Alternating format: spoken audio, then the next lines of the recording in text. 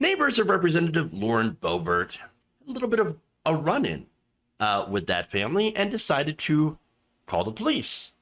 Now, I'm going to show you some excerpts from a 911 call that started when the two, I should say, the Boebert family got into a little bit of an argument, a little bit of a possible scuffle with all of their neighbors.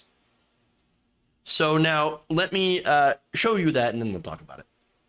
There's a domestic situation happening right in front of my driveway, and now he's driving away, I think, just about fighting. It's bad. It's Lauren Boebert's jackass husband, Jayson. He's running over my mailbox right now.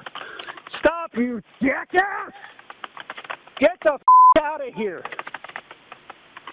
And you said Come he was on, man. running over your what mailbox? are you doing? What did we do wrong? Someone that's Lauren been over your Boebert's mailbox. jackass husband. Lauren? Jayson Boebert. Jayson? Okay. Lauren Boebert's What's he husband. driving? Yeah, Lauren Boebert, the congresswoman.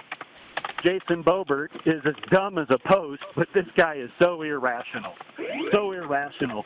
He's just got chest to chest, face to face, looking to fight. And we're talking about everybody in the neighborhood.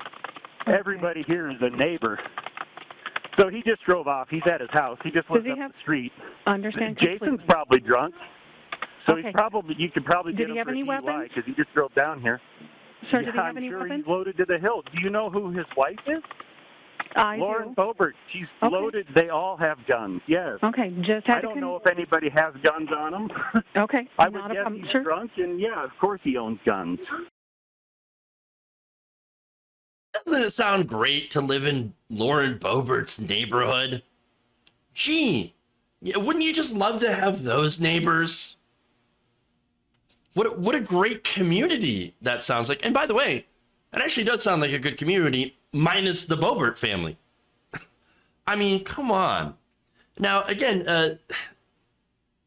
both 911 callers, and this is just one of the calls. There were other calls from, again, all these different neighbors. They said that the incident began when Boebert's son was going down the street in a buggy and then was asked, hey, why don't you slow down? There could be kids walking around, okay? He then told them to F off.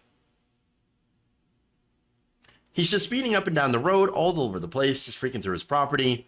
He's going like 50 miles an hour, and this is a residential lane. There's kids. We tried to stop him, and he just freaking cussed at us and just left. And then this guy, once they actually, challenged the kid and told him to please slow down, you're a danger. Here comes Jayson Boebert, who, by the way, exposed his penis to an underage girl, a 17-year-old, at a bar while he was hanging out with Lauren Boebert's stepdad. So again, great person, right? Comes out and I don't know if he was drunk.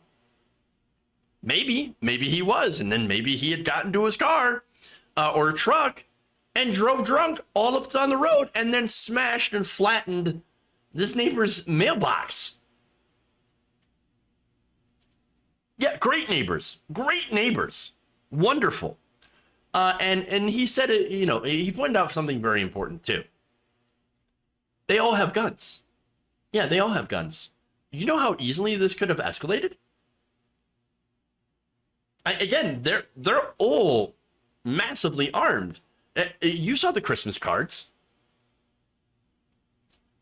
All this weaponry and absolutely no respect for anyone that is living on the road. That's who the Boeberts are. These are gross people. It's not because they're, by the way, they're Republicans.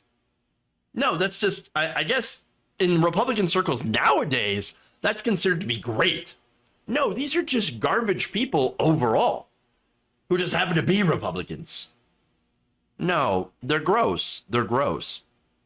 Now, that said, the dispatcher did send officers to that scene.